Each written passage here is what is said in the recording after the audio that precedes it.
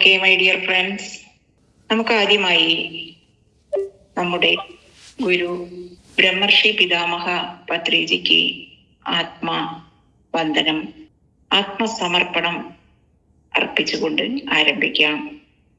നമ്മുടെ ജീവിതത്തിൽ ഇന്ന് വരെ നമുക്ക് ലഭിച്ചിട്ടുള്ള എല്ലാ ഫിസിക്കൽ ഗുരുക്കന്മാരെയും ആസ്ട്രൽ ഗുരുക്കന്മാരെയും നന്ദിപൂർവം സ്മരിച്ചുകൊണ്ട് നമ്മുടെ മാതാപിതാക്കൾ ജീവിച്ചിരിക്കുന്നവരായാലും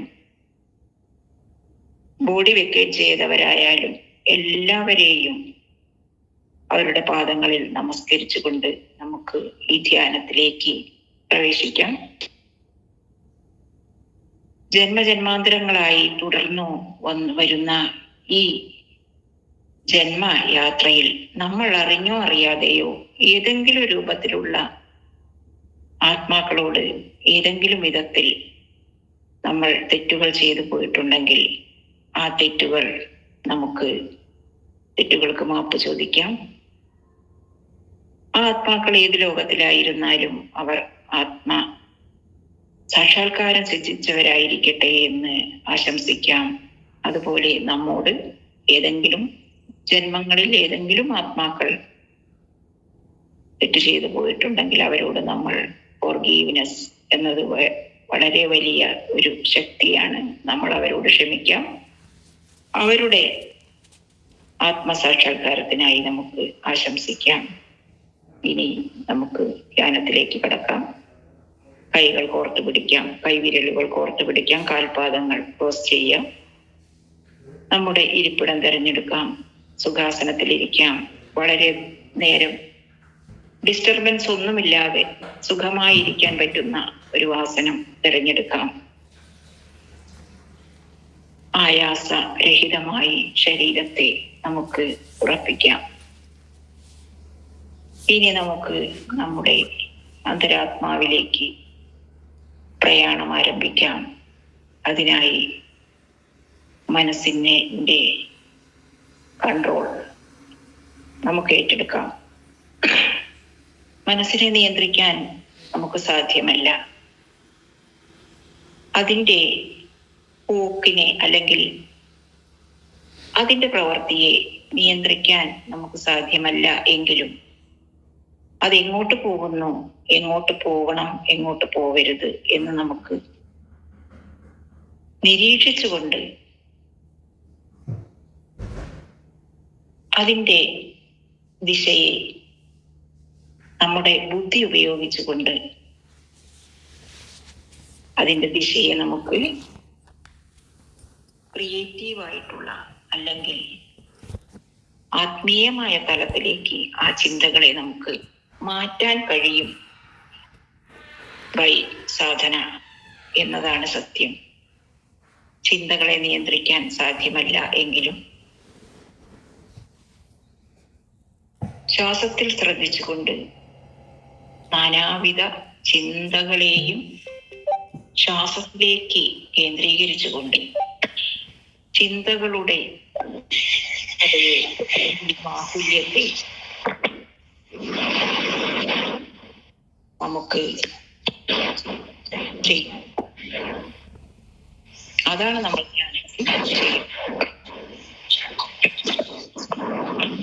ആരോ ഒരാള് മ്യൂട്ടാക്കിക്കോളൂ. ശിവാജി, വിഷ്ണു മ്യൂട്ടാക്കിക്കോളൂ കേട്ടോ, of ആക്കിക്കോളൂ.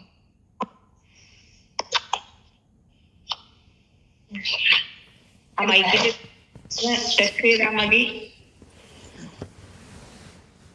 Okay thank you. Okay, ഇനി നമുക്ക് നമ്മുടെ സബ്ജക്റ്റിലേക്ക്, ഇമോഷണൽ ഹീലിംഗ് എന്ന് നമ്മൾ പറഞ്ഞു. എന്താണ് ഇമോഷൻ? നമുക്കെല്ലാവർക്കും അറിയാം, ഇമോഷൻ ഇല്ലാതെ മനുഷ്യരില്ല. നാം ജീവിച്ചിരിക്കുന്നിടത്തോളം കാലം, നമ്മുടെ ബോധമണ്ഡലം ഉള്ളിടത്തോളം കാലം, ബാഹ്യബോധത്തിൽ നമ്മൾ ജീവിക്കുന്നിടത്തോളം കാലം നമുക്ക് മനസ്സുണ്ട്. മനസ്സിന്റെ പല രൂപഭേദ ഭാവങ്ങളാണ് ഇമോഷൻസ്.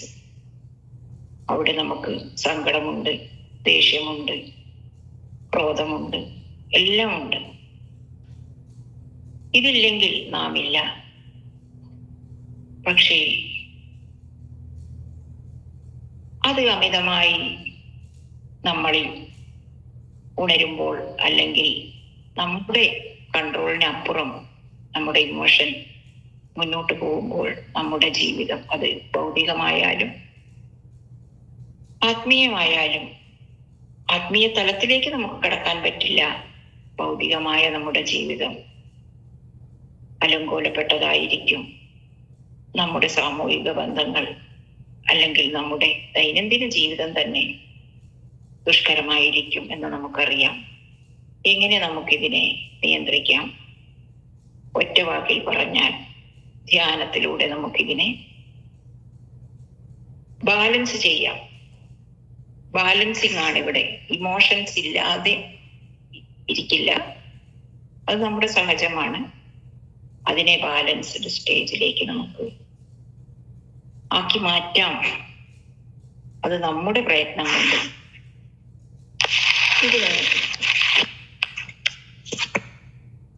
ഭഗവത്ഗീതയിലെ 6-ാമത്തെ അധ്യായത്തിലെ 5-ാമത്തെ ശ്ലോകം എപ്പോഴും പത്രീജി എല്ലാ ക്ലാസ്സുകളിലും പറയുന്നത് ഈ ഒരു ശ്ലോകം, ഉദരേതാത്മനാത്മാനാം ആത്മാനാം അവസാദയേ ആത്മൈവ ആത്മനോ ബന്ധു രാത്മനൈവ രിപുരാത്മനാം. ഈ ഒരു ശ്ലോകം പത്രീജി അധിക ക്ലാസ്സുകളിലും പറയാറുണ്ട്. അതായത് ഇവിടെ ഉദ്ദേശിക്കുന്നത് നമ്മുടെ ആത്മാവിനെ നമ്മൾ ഉദ്ധരിക്കണം എന്നുള്ളതാണ്. ഉദ്ധരിക്കുക എന്ന് പറയുന്നത് ഉയർത്തുക എന്നർത്ഥം. ആത്മാവ് എന്നത് നമ്മൾ കണ്ണടച്ചാൽ ആത്മസ്ഥിതിയാണ്, കണ്ണ് തുറന്നാൽ ഭൗതിക സ്ഥിതിയാണ്. കണ്ണ് തുറന്നാലുള്ള അവസ്ഥ മനസ്സിന്റെ അവസ്ഥ, കണ്ണടച്ചാലുള്ള അവസ്ഥ ആത്മാവിന്റെ അവസ്ഥ. ഒരാൾ ഒരിക്കൽ ചോദിച്ചു, എന്താണ് മനസ്സും ആത്മാവും തമ്മിലുള്ള വ്യത്യാസമെന്ന്. അപ്പോൾ പത്രീജി പറഞ്ഞു, കണ്ണു തുറന്നാൽ കാണുന്നത് മനസ്സ്, കണ്ണടച്ചാൽ കാണുന്നത് ആത്മീയത അല്ലെങ്കിൽ ആത്മപ്രപഞ്ചം എന്ന്. ഇവിടെ ആത്മാവിനെ ഉദ്ധരിക്കാൻ നമുക്ക് മാത്രമേ, അല്ലെങ്കിൽ ഉയർത്താൻ നമുക്ക് മാത്രമേ കഴിയുകയുള്ളൂ. അതാണ് ഈ ശ്ലോകത്തിലൂടെ പറയുന്നത്. നമ്മുടെ മനസ്സിനെ അല്ലെങ്കിൽ നമ്മുടെ ശക്തിയെ അല്ലെങ്കിൽ നമ്മുടെ ആത്മാവിനെ സ്വയം ഉയർത്തുക, അത് നമ്മളാൽ മാത്രമേ സാധ്യമാവുകയുള്ളൂ. ഏതൊരു ഗുരുവിനും അത് സാധ്യമല്ല. കാരണം അത് നമ്മുടെ സ്വന്തം ശക്തിയാൽ പ്രവർത്തിക്കുന്നതാണ് നമ്മുടെ മനസ്സും, മനസ്സ് വഴി ആത്മ ഉന്നതിയും. ഇതിനെ താഴ്ത്താനും നമ്മൾ തന്നെയാണ് കാരണം. നമ്മുടെ മാനസികമായ നിലപാടനുസരിച്ച് നമ്മൾ ഉയരുകയോ താഴുകയോ ചെയ്യപ്പെടുന്നു. ഇവിടെ നമ്മൾ മറ്റുള്ളവരെ പഴിചാരുകയാണ് സാധാരണ. അവര് കാരണം ഞാൻ ഇങ്ങനെയായി, ഇവര് കാരണം ഇങ്ങനെയായി എന്ന്. ഇവിടെ ഈ ശ്ലോകത്തിൽ പറയുന്നത് നമ്മുടെ ആത്മാവും ആത്മശക്തി അല്ലെങ്കിൽ നമ്മുടെ ഉയർച്ച നമ്മുടെ മനോഭാവത്തെ അനുസരിച്ചു കൊണ്ടാണ്. അതിനെ ബന്ധുവാക്കുന്നതും ശത്രുവാക്കുന്നതും നാം തന്നെയാണ് എന്നാണ്. ഇതാണ് ശ്രീകൃഷ്ണൻ അർജുനനോട് പറഞ്ഞു കൊടുക്കുന്നത്. നിന്റെ ആ മനസ്സാണ് നിന്നെ ശത്രുവാക്കുന്നതും ബന്ധുവാക്കുന്നതും, അല്ലാതെ പുറത്തു നിന്നൊരു ശക്തിയല്ല. അതുകൊണ്ട് നിന്റെ മനസ്സിനെ നീ ഉയർത്തു, നിന്റെ ആത്മശക്തിയെ നീ ഉയർത്തു. അതിനായി നീ ആത്മ സംയമ യോഗം എന്ന യോഗത്തിലാണ് ഇത് പറയുന്നത്. അങ്ങനെ നമ്മൾ മനസ്സിന്റെ നിയന്ത്രണം നമ്മുടെ കയ്യിൽ, നിയന്ത്രണം എന്ന് വെച്ചാൽ ആലോചനകളല്ല, മനസ്സിനെ നിരീക്ഷിച്ച് അത് എങ്ങോട്ട് പോകുന്നു, എങ്ങോട്ട് തിരിയുന്നു. നമ്മളൊരു വണ്ടി ഡ്രൈവ് ചെയ്യുന്നത് പോലെ അതിനെ നമ്മൾ എങ്ങോട്ട് കൊണ്ടുപോകണം, എന്താണ് മുന്നിലുള്ളത് എന്ന് നമ്മൾ നിരീക്ഷിച്ചു കൊണ്ടുപോകുന്നത് പോലെ നമ്മുടെ ആലോചനകളെ നിരീക്ഷിച്ചു കൊണ്ടുപോവുക. ഇങ്ങനെ ചെയ്യുമ്പോഴാണ് നമുക്ക് ഇമോഷണൽ ബാലൻസിങ് എന്നുള്ള ആ ഒരു ശക്തി കൈവരുന്നത്. ഈ ഹീലിംഗ് നമ്മൾ സ്വയം ചെയ്യുന്നതാണ്. ഇത് നമുക്ക് ഒരു സൈക്കോളജിസ്റ്റിന്റെ അടുത്ത് നിന്നോ അല്ലെങ്കിൽ ഒരു കൗൺസിലറുടെ അടുത്ത് നിന്നോ ഒന്നും നമുക്ക് കിട്ടാൻ സാധ്യതയില്ല. അവർ കുറച്ച് ഹിൻസ് മാത്രം പറഞ്ഞു തരും. പക്ഷേ ഓരോ ചിന്തയും നമ്മുടെ ഭാവനയാണ്. നമ്മുടെ ഭാവന എങ്ങനെ വേണം എന്നുള്ളത് തീരുമാനിക്കാൻ നമുക്ക് മാത്രമേ ശക്തിയുള്ളൂ, നമുക്ക് മാത്രമേ അധികാരമുള്ളൂ. നമ്മുടെ ഇമോഷൻസ് നമുക്ക് എപ്പോഴാണ് ശത്രുവാകുന്നത് എന്ന് നോക്കാം. അതിനായി നമുക്ക് 6 ആന്തരിക ശത്രുക്കൾ എന്ന് നമ്മൾ പറയും. അരിഷത് വർഗങ്ങൾ എന്ന് പറയുന്ന 6 ആന്തരിക ശത്രുക്കൾ എന്നറിയപ്പെടുന്ന കാമം, ക്രോധം, ലോഭം, മോഹം, മതം, മത്സരം. ഈ 6 നമ്മുടെ ഇമോഷൻസ് നമ്മെ ശത്രുവാക്കുന്നതും മിത്രമാക്കുന്നതും. കാമം എന്ന് പറഞ്ഞാൽ നമുക്കറിയാം, സെക്സ് എന്നല്ല അർത്ഥം, അമിതമായ ആഗ്രഹം. നമുക്ക് ജീവിക്കണം ഇവിടെ എന്നുള്ളത് സാധാരണമായ ആഗ്രഹം.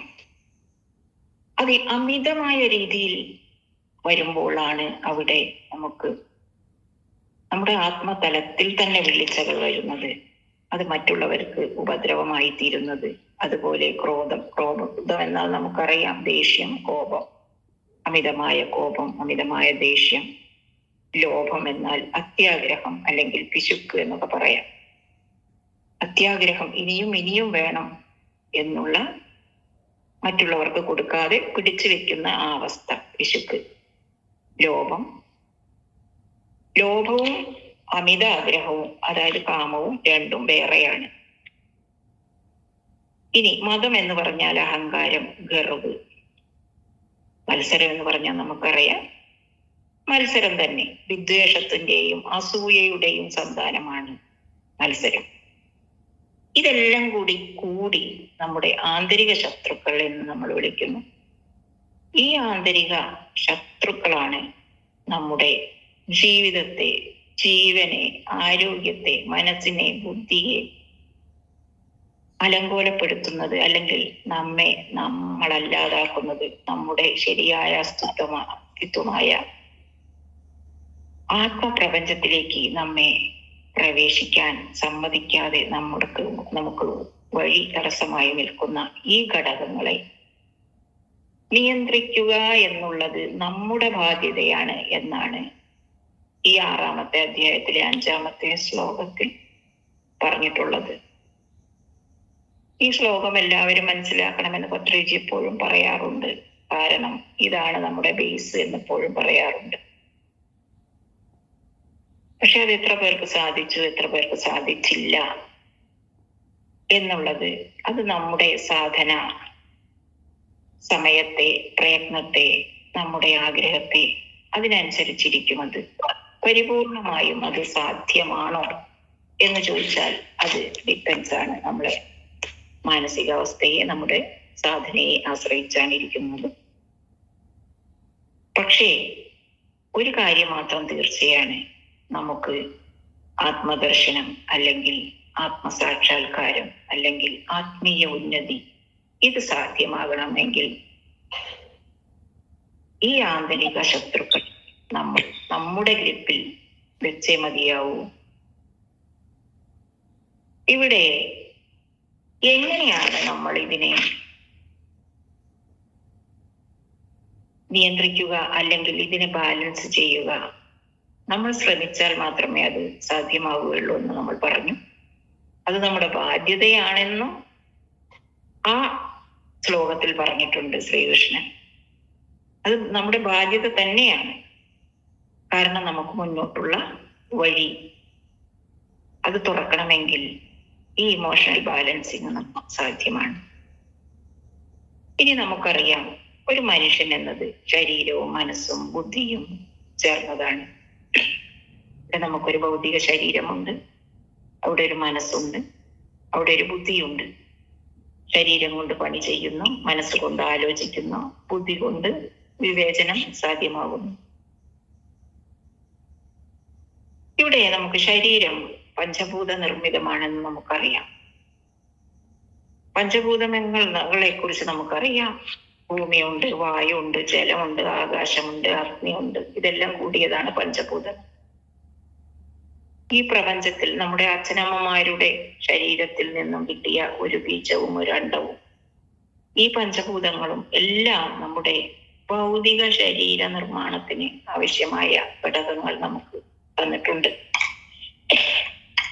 നമ്മുടെ അച്ഛനമ്മമാരുടെ ജീനുകൾ നമ്മുടെ ഉള്ളിലുള്ളത് കൊണ്ട് അവരുടെ സ്വഭാവ സവിശേഷതകൾ നമുക്ക് കിട്ടിയിട്ടുണ്ട്. അപ്പോൾ എന്തുകൊണ്ട് പഞ്ചഭൂതങ്ങളും നമ്മുടെ ശരീര നിർമ്മിതിക്ക് ഉപയോഗം ആയിട്ടുണ്ട്, അല്ലെങ്കിൽ പഞ്ചഭൂതങ്ങളും നമ്മുടെ ശരീര നിർമ്മിതിയുടെ ഭാഗമാണെങ്കിൽ എന്തുകൊണ്ട് ഈ പഞ്ചഭൂതങ്ങളുടെ സ്വഭാവം നമുക്ക് കിട്ടിയിട്ടില്ല എന്ന് നമുക്ക് ചിന്തിക്കാം. ശരിക്ക് പറയുകയാണെങ്കിൽ നമുക്ക് കിട്ടിയിട്ടുണ്ട്, നമ്മളിലുണ്ടത്, ഹിഡനായിട്ട് നമ്മുടെ ഉള്ളിലുണ്ട്. ആദ്യമായി നമുക്ക് ഭൂമിയെ കുറിച്ച് ചിന്തിക്കാം. ഭൂമി എന്നാൽ നമുക്ക് അറിയാം, ക്ഷമയാം ധരിത്രി എന്ന് പറയും. ക്ഷമയാണ് ഭൂമിയുടെ മഹനീയമായ സ്വഭാവ ഗുണം. ഈ ക്ഷമ, സഹനം, സമർപ്പണം ഇതെല്ലാം ഭൂമി ദേവിക്ക് സ്വന്തമാണ്. ഭൂമിയെ നമ്മൾ അങ്ങനെയാണ് ചിത്രീകരിക്കുന്നത്. ആ പഞ്ചഭൂത ഘടകമായ ഭൂമിയിൽ നിന്നും നമ്മൾ രൂപം കൊണ്ടിട്ടുണ്ടെങ്കിൽ തീർച്ചയായിട്ടും നമ്മുടെ സ്വഭാവത്തിൽ, നമ്മുടെ നേച്ചറിൽ അതും ഹിഡനായിട്ട് കിടക്കുന്നുണ്ട്. ഈ ക്ഷമയെ, സഹനത്തെ, സമർപ്പണത്തെ അതിനെ നമുക്ക് വളർത്തിയെടുക്കണമെങ്കിൽ അവിടെ മനസ്സെന്ന് പറയുന്ന, അഹങ്കാരം എന്ന് പറയുന്ന ആ ഒരു ബാരിയറിനെ നമ്മൾ ഒരു സൈഡിലേക്ക് നിരീക്ഷണത്തിലൂടെ നമ്മൾ മാറ്റി നിർത്തിയേ പറ്റൂ.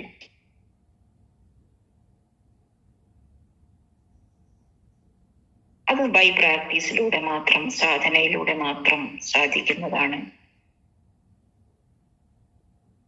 ഭൂമിയെ നമ്മൾ ഉഴുതുമറിക്കുന്നു, വെട്ടി നുറുക്കുന്നു, ചാലി കീറുന്നു. അതിൻ്റെ ഭൗതിക ശരീരത്തെ, അല്ലെങ്കിൽ അതിന്റെ ഭൗതിക രൂപത്തെ തന്നെ നമ്മൾ വളരെയധികം വികൃതമാക്കുന്നു.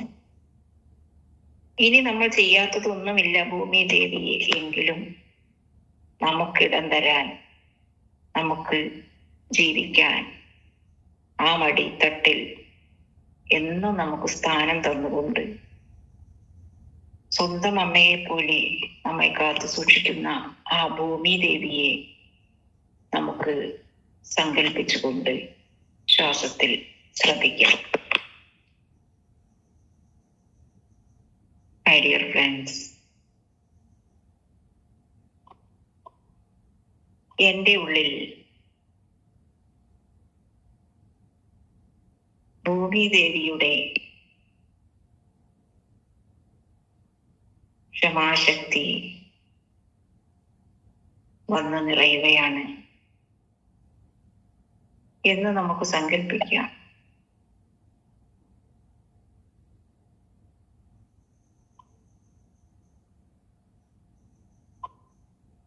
ഏത് സന്ദർഭങ്ങളിലും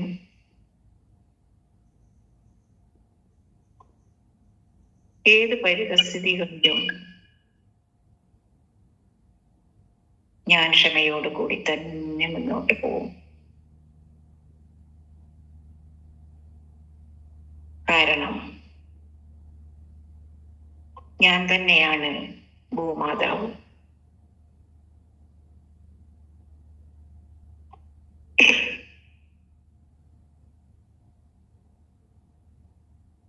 ഇവിടെ ആൺപെൺ വ്യത്യാസമില്ല.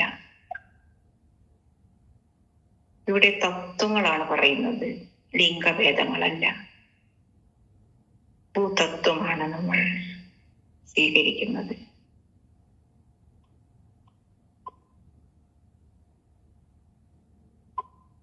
ഞാൻ ഭൂമിയുടെ സഹനത്തെ സ്വീകരിക്കുന്നു.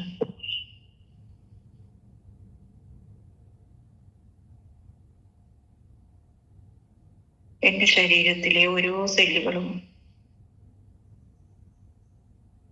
സഹനശക്തിയെ സ്വീകരിക്കുന്നു.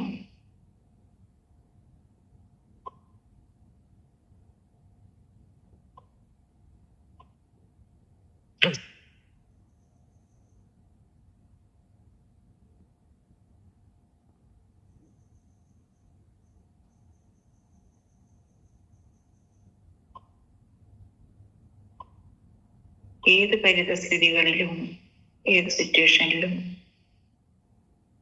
ഞാനിത് കൈക്കൊള്ളുമെന്നും ഭൂമി മാതാവിനെ ഓർക്കുമെന്നും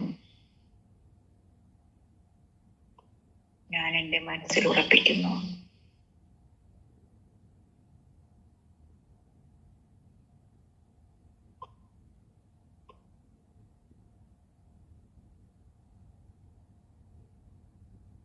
അപാരമായ ആ ക്ഷമ, ആ കരുണ, ആ കരുതൽ, ആ സ്നേഹം എന്നിലേക്ക് ഒഴുകിക്കൊണ്ടിരിക്കുന്നു.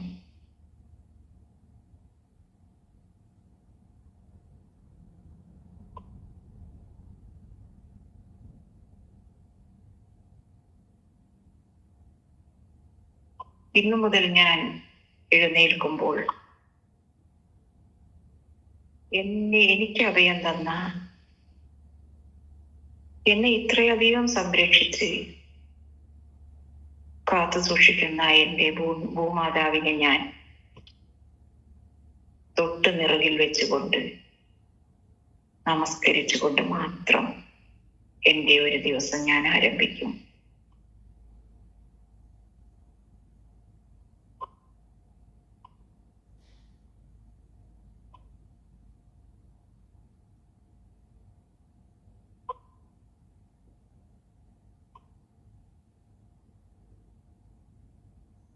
ഇവിടെ എന്നിലുള്ള കാമം അഥവാ അമിത ആഗ്രഹം,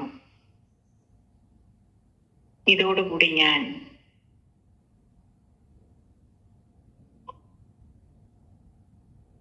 അഗ്നിക്ക് സമർപ്പിക്കുന്നു. എപ്പോഴാണോ എന്നിൽ അമിത ആഗ്രഹവും ദുരാഗ്രഹവും വരുന്നത്, അതിനെ ഞാൻ ഉടനെ തുടച്ചു നീക്കി ആത്മ അഗ്നിയിൽ ദഹനം ചെയ്തു കൊള്ളാമെന്ന്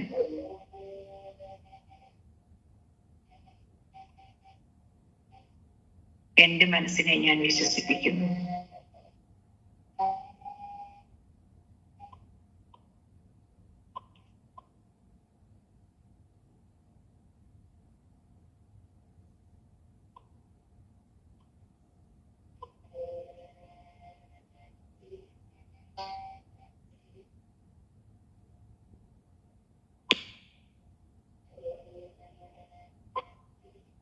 ഭൂമിയുടെ പവിത്രത, ഭൂതത്വ ഗുണം,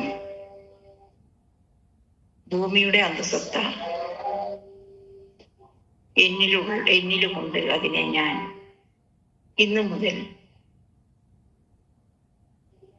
അറിയാനും കാത്തു സൂക്ഷിക്കാനും ഹൃദയപൂർവം തയ്യാറായി കഴിഞ്ഞു.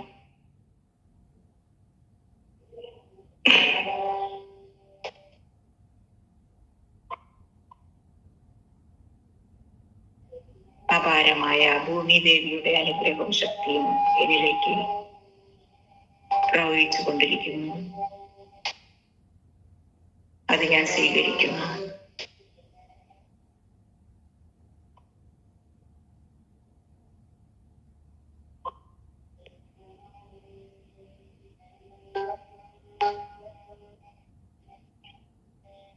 അടുത്തതായി നമ്മെ ബാധിക്കുന്ന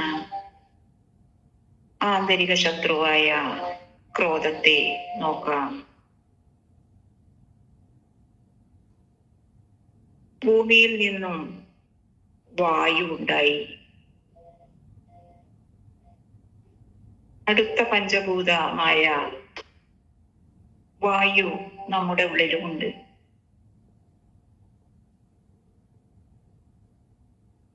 വായു അതിനെ പക്ഷാഭേദമില്ല. നല്ലവരെന്നോ ചീത്തവരെന്നോ വ്യത്യാസമില്ല.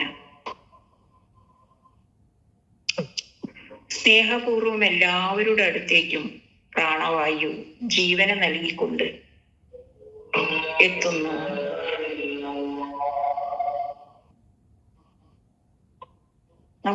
നമ്മോട് സ്നേഹം ഉള്ളവരോ അല്ലെങ്കിൽ നമുക്ക് ബുദ്ധിമുട്ട്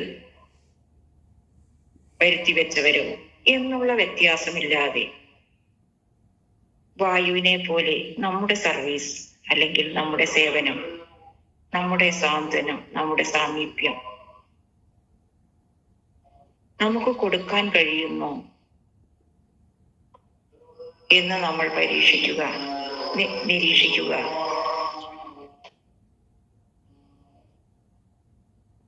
ഈ വായു തത്വം സ്നേഹമാണ്, തലോടലാണ്. ഉഷ്ണിക്കുന്ന നമ്മളെ ഒരു മന്ദമാരുതൻ തഴുകുമ്പോൾ നമുക്കുള്ള സുഖം, ഈ ഒരു തഴുകൽ, ഈ ഒരു സ്നേഹം, ഈ ഒരു കൊടുക്കൽ എന്ന സ്വഭാവം, എല്ലാവരുടെയും അടുത്ത് ഓടിയെത്തുക എന്നുള്ള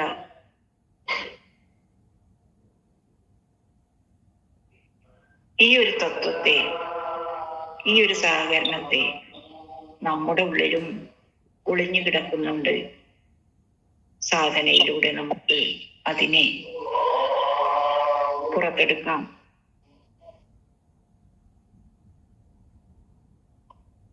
ഈ ധ്യാനത്തിൽ വായുദേവന്റെ സ്നേഹത്തെ ഞാൻ സ്വീകരിക്കുന്നു, തഴുകലിനെ ഞാൻ സ്വീകരിക്കുന്നു. നിസ്സഹകരണ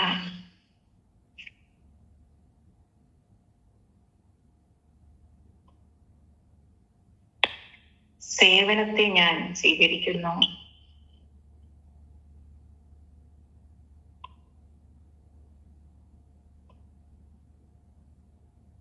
എന്നിലുള്ള വായു തത്വത്തെ ഇന്നു മുതൽ ഞാൻ അറിഞ്ഞ് എന്റെ ജീവിതത്തിൽ മുന്നോട്ട് കൊണ്ടുപോകാൻ തയ്യാറാണെന്ന് ഞാൻ എൻ്റെ മനസ്സിനെ വിശ്വസിപ്പിക്കുന്നു. അപാരമായ സ്നേഹവും തഴുകലും നമ്മുടെ ഓരോ സെല്ലുകളിലേക്കും നമ്മൾ ആവാഹിച്ചു കൊണ്ടിരിക്കുന്നു.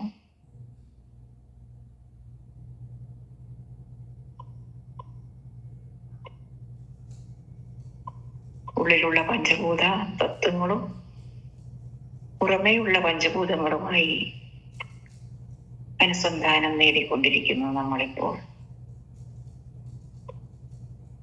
അതനുഭവിക്കുക, ആ ശക്തിയെ തിരിച്ചറിയുക.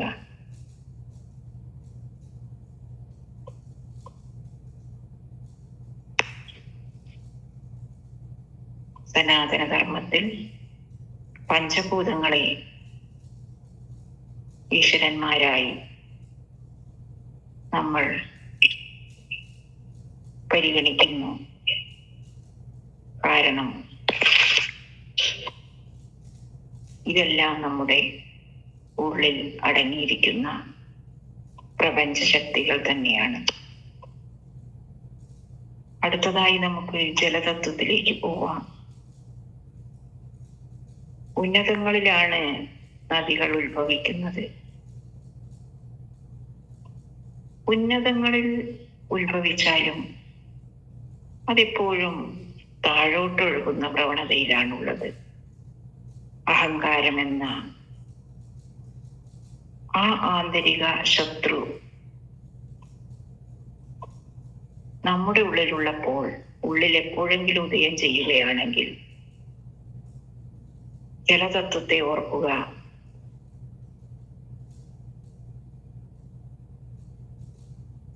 ജലത്തിനെ ഉന്നതിയിൽ ജനിച്ചാലും താഴേക്കൊഴുകി നമ്മുടെ കാൽക്കീഴിലേക്ക് ഒഴുകി, നമ്മുടെ കാൽക്കളിലൂടെ ഒഴുകി, അത് എല്ലാവരെയും തഴുകി മുന്നോട്ട് പോയിക്കൊണ്ടിരിക്കുന്നു.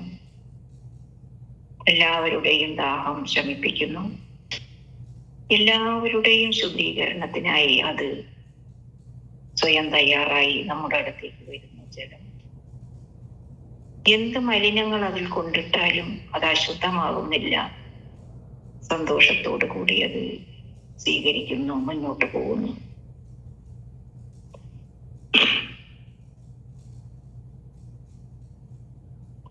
അത്യാഗ്രഹം, പിശുക്ക് എന്നുള്ള ലോഭത്തെ നമ്മുടെ ഉള്ളിൽ ഈ ജലതത്വം കൊണ്ട് നമുക്കില്ലാതാക്കാൻ പറ്റും.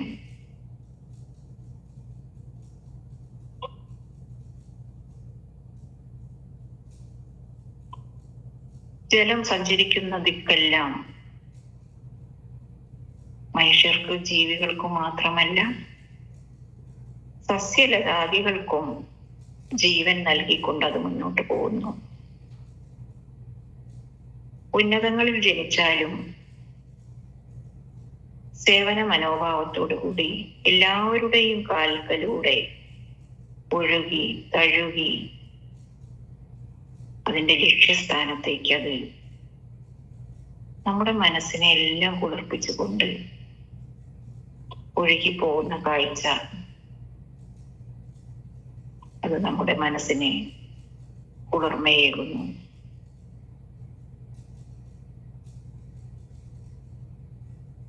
നദിയുടെ കരയിൽ, സമുദ്രത്തിന്റെ കരയിൽ ഇരുന്ന് ധ്യാനം ചെയ്യുന്നത്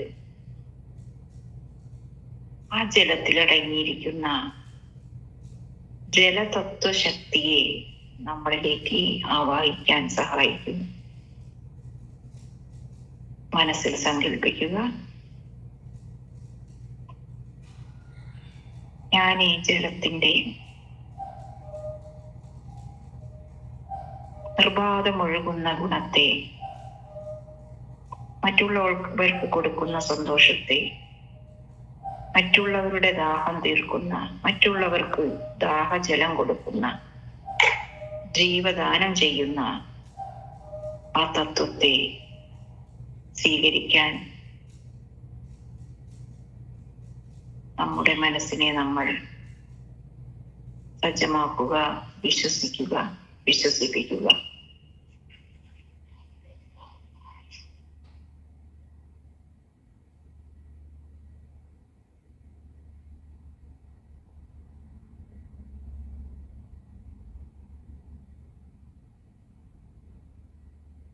നിർബാധമൊഴുകുന്ന പുഴ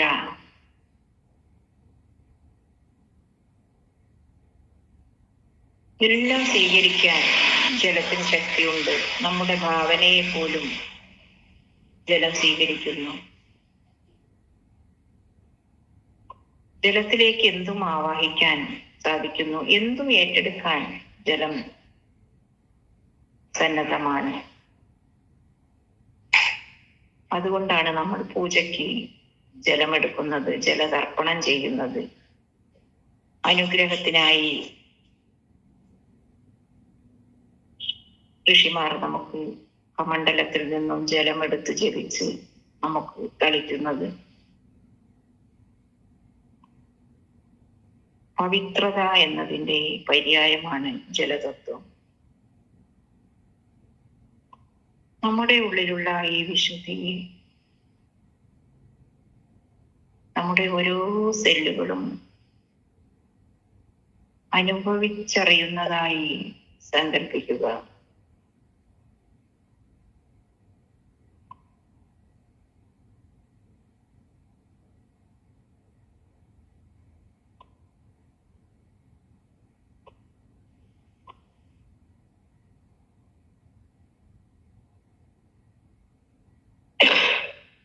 അടുത്തതായി അഗ്നിയാണ്.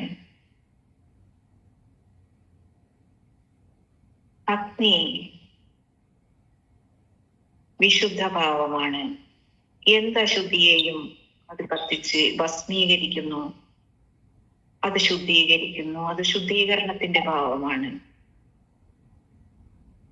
രൂപമാറ്റം ചെയ്യുന്ന ഭാവമാണ് അഗ്നിക്ക്. എന്തിനേയും അഗ്നിയിൽ ഉരുക്കി രൂപത്തെ മാറ്റിയെടുക്കാം. എന്ത് അശുദ്ധിയെയും അഗ്നിയിൽ വിശുദ്ധമാക്കി തീർക്കാം.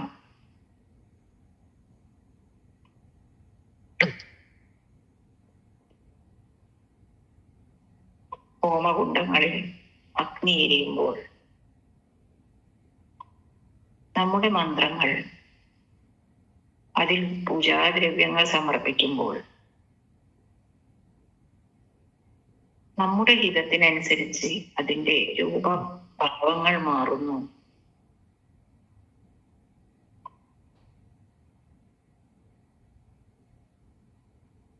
അഗ്നി വെളിച്ചത്തെ തരുന്നു, ചൂടിനെ തരുന്നു, ഊർജത്തെ തരുന്നു. നമ്മുടെ ഉള്ളിലും അഗ്നിതത്വമുണ്ട്.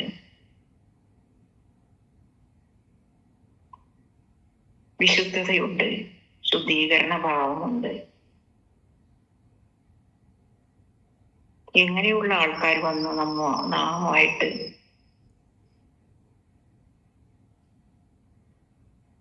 അറ്റാച്ച് ആവുന്നുവോ അവരെ മാറ്റിയെടുക്കാനുള്ള ശക്തി നമുക്കുണ്ട്.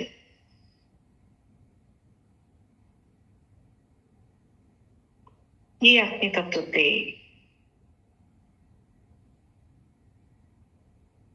നമ്മുടെ ഉള്ളിൽ ജ്വലിപ്പിക്കാൻ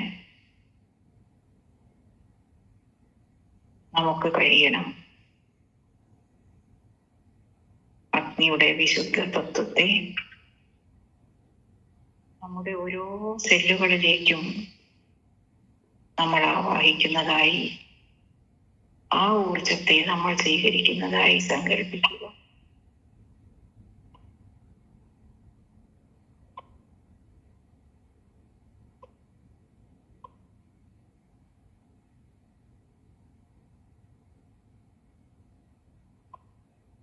നമ്മുടെ ഉള്ളിലുള്ള ആന്തരിക ശത്രുക്കളെ ആ അഗ്നിക്ക് സമർപ്പിക്കുക.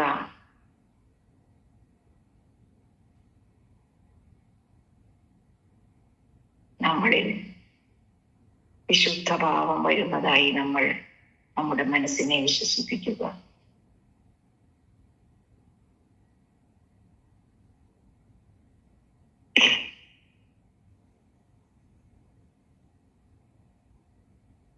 ഇവിടെ നമ്മുടെ മതം എന്ന ആന്തരിക ശത്രു നശിപ്പിച്ചു കളഞ്ഞു. നമ്മൾ അഗ്നിക്ക് സമർപ്പിച്ചു. അഹങ്കാരം, വെറുവ്, ദുരഭിമാനം എല്ലാം തന്നെ നമ്മൾ അഗ്നിക്ക് ഭക്ഷണമായി കൊടുത്തു കഴിഞ്ഞു.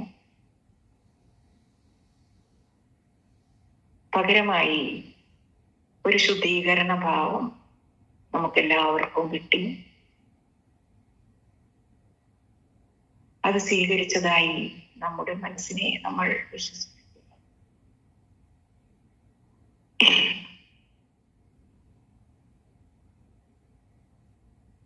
അപാരമായ പഞ്ചഭൂത ശക്തി നമ്മിലേക്ക് പ്രവഹിക്കുന്നത് അനുഭവിച്ചറിയുക.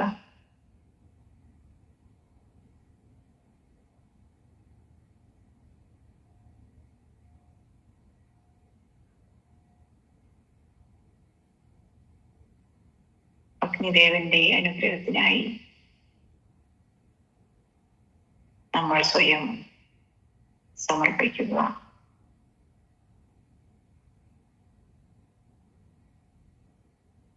നമുക്കിഷ്ടമില്ലാത്ത ദുർഗുണങ്ങളെ അഗ്നിയിൽ കത്തിച്ചു കളയുക.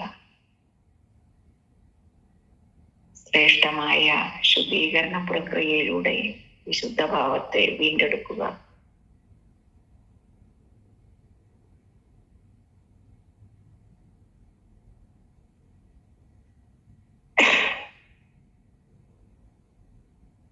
അടുത്തതായി നമ്മളിലുള്ള പഞ്ചഭൂത തത്വമായ ആകാശത്തെ അറിയുക.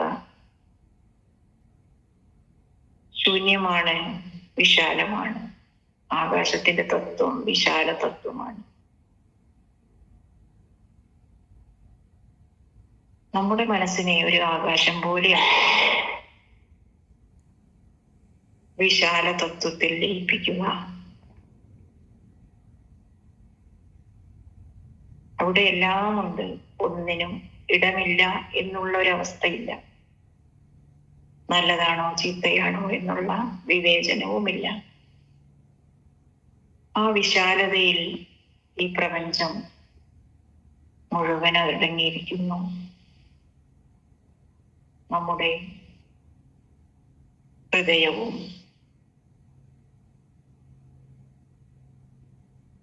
ഈ വിശാല തത്വത്തിന്റെ പ്രതീകമാണ്.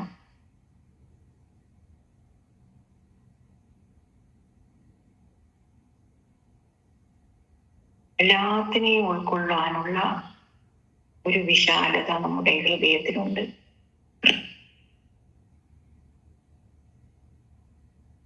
നമ്മുടെ അജ്ഞത കൊണ്ട് നമ്മൾ അതിനെ ചുരുക്കി വെച്ചിരിക്കുകയാണ്. എപ്പോഴാണോ നമ്മൾ ആകാശ തത്വത്തെ സ്വീകരിക്കുന്നത്, അതിരുകളില്ലാത്ത, നിബന്ധനകളില്ലാത്ത വിശാലമായൊരു തത്വം നമ്മുടെ ഹൃദയത്തിൽ ഉരുത്തിരിയുന്നു.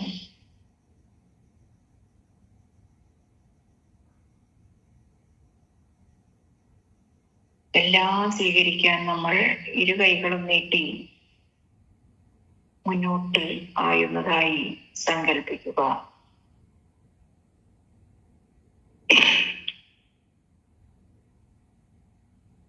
നമ്മൾ തന്നെയാണ് ആകാശം. ആ ആകാശത്തിൽ നമ്മളുണ്ട്. നമ്മളിൽ ആകാശമുണ്ട്.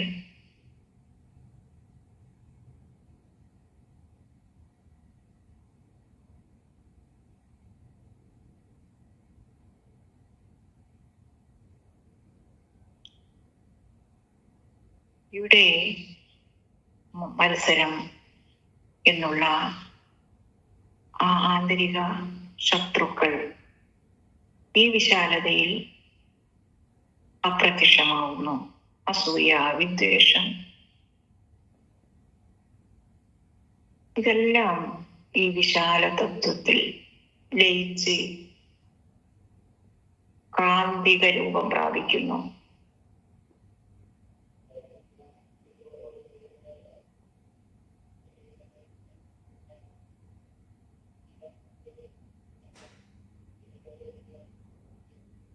ഇന്നു മുതൽ ഞാൻ പഞ്ചഭൂത തത്വങ്ങളെ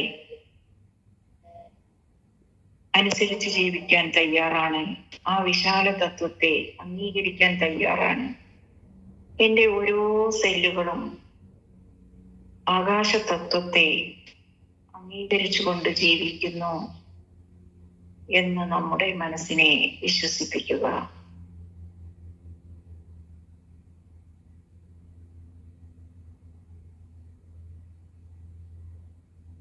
നമ്മിലേക്ക് പ്രവഹിക്കുന്ന അപാരമായ ആ പഞ്ചഭൂത ശക്തികളെ നിരീക്ഷിക്കുക, അനുഭവിക്കുക.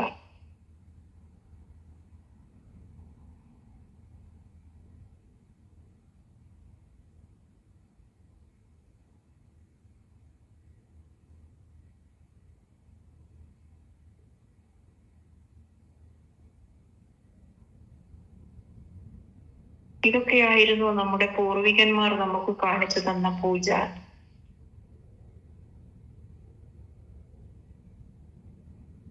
ഒരു വിഗ്രഹത്തെ ഒരു ശരീരമായും ശരീരത്തെ ഭൂമിയായും അവിടെ പൂജയ്ക്ക് ജലം ഉപയോഗിക്കുന്നു, വിളക്ക് കത്തിക്കുന്നു, അഗ്നി ജ്വലിപ്പിക്കുന്നു.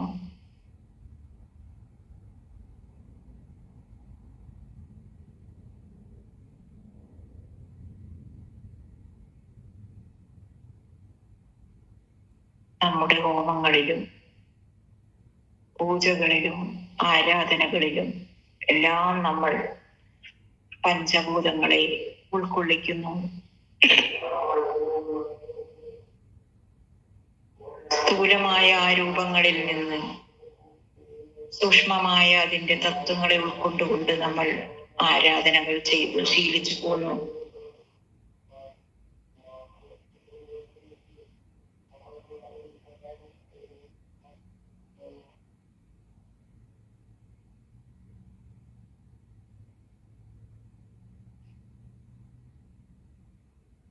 കർപ്പൂരാരതി സ്വീകരിക്കുമ്പോൾ നമ്മൾ എല്ലാറ്റിനെയും ഉള്ളിലേക്ക് സ്വീകരിക്കുന്നതായി നമ്മൾ ഭാവിച്ചുകൊണ്ട് അവിടെ എല്ലാ ശുദ്ധീകരണവും നടന്നതായി നമ്മൾ ഭാവിച്ചുകൊണ്ട് ഒരു ദേവന്റെ അല്ലെങ്കിൽ ഒരു ദേവിയുടെ മുന്നിൽ കൈകൂപ്പി നിൽക്കുമ്പോൾ നമ്മൾ സ്വീകരിച്ചതെല്ലാം പഞ്ചഭൂത തത്വങ്ങളായിരുന്നു എന്ന് നമുക്ക് മനസ്സിലാവുന്നു. നമ്മെ അനുഗ്രഹിച്ചതെല്ലാം പഞ്ചഭൂതങ്ങളായിരുന്നു എന്ന് നമുക്ക് മനസ്സിലാവുന്നു.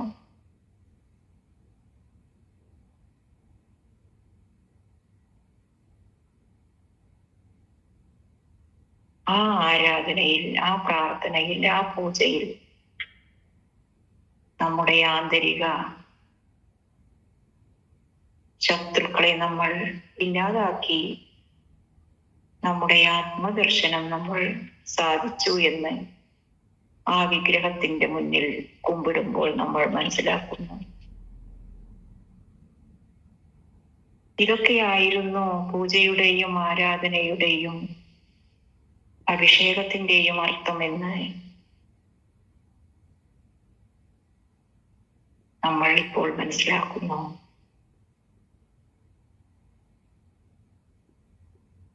ദ്രവ്യങ്ങളില്ലാതെ,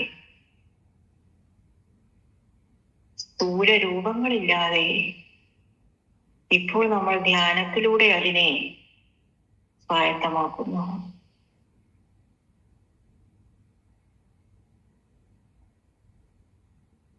ധ്യാനം നമ്മൾ ചെയ്യുന്ന ആന്തരിക പൂജ തന്നെയാണ്, ആന്തരിക അഭിഷേകമാണ്, ആന്തരിക അർച്ചനയാണ് എന്ന് നമുക്ക് ബോധ്യമാവുന്നു.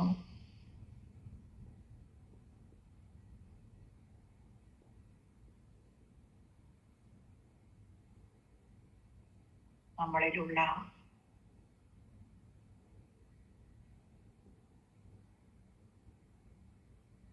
പ്രാണൻ അഥവാ പരമാത്മ കണികയായ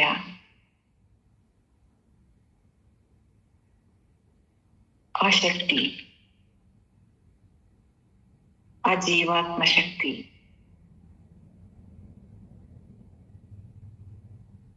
അതുണരാൻ, അത് പുറത്തേക്ക് വരാൻ, അതിനെ കണ്ടെത്താൻ നമ്മൾ ചെയ്യുന്ന ബാഹ്യമായ ആരാധനകൾ പൂജയിലൂടെ നേടുന്നു. ആന്തരികമായ ക്രമത്തിലൂടെ അല്ലെങ്കിൽ ധ്യാനത്തിലൂടെ നമ്മൾ അതിനെ സാക്ഷാത്കരിക്കുന്നു.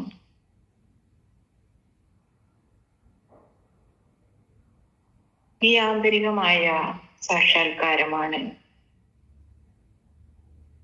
പൂജയിലൂടെയും അഭിഷേകത്തിലൂടെയും ആരാധനയിലൂടെയും അർച്ചനയിലൂടെയും നമ്മുടെ സനാതനധർമ്മം ആദ്യം മുതലേ നമ്മളെ പഠിപ്പിച്ചു കൊണ്ടുവന്നിട്ടുള്ളത്.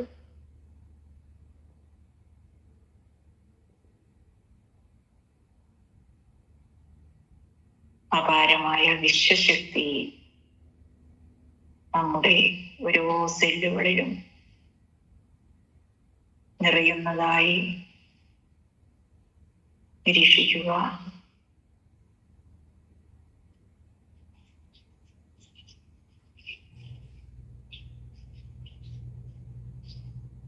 മനസ്സിന്റെ ആന്തരിക ശത്രുക്കളെ ഇല്ലാതാക്കി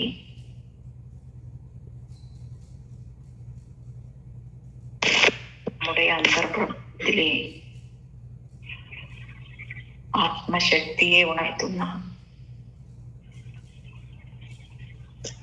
ഈ ഇമോഷണൽ ഹീലിംഗ് ടെക്നിക്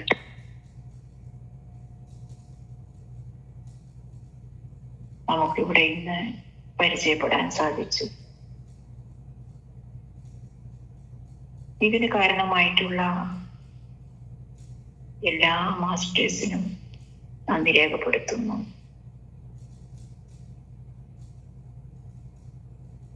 പ്രിയപ്പെട്ട മാസ്റ്റേഴ്സ്, നിങ്ങളുടെ കൈകൾ വിരലുകൾ വേർപെടുത്തി കണ്ണുകളുടെ മുകളിൽ വെക്കൂ. 5 seconds. 5, 4, 3, 2, 1, 0. കൈകൾ മാറ്റി കണ്ണുകൾ തുറക്കാം. സാവകാശം കണ്ണുകൾ തുറന്ന് ധ്യാനത്തിൽ നിന്ന് പുറത്തേക്ക് വരാം.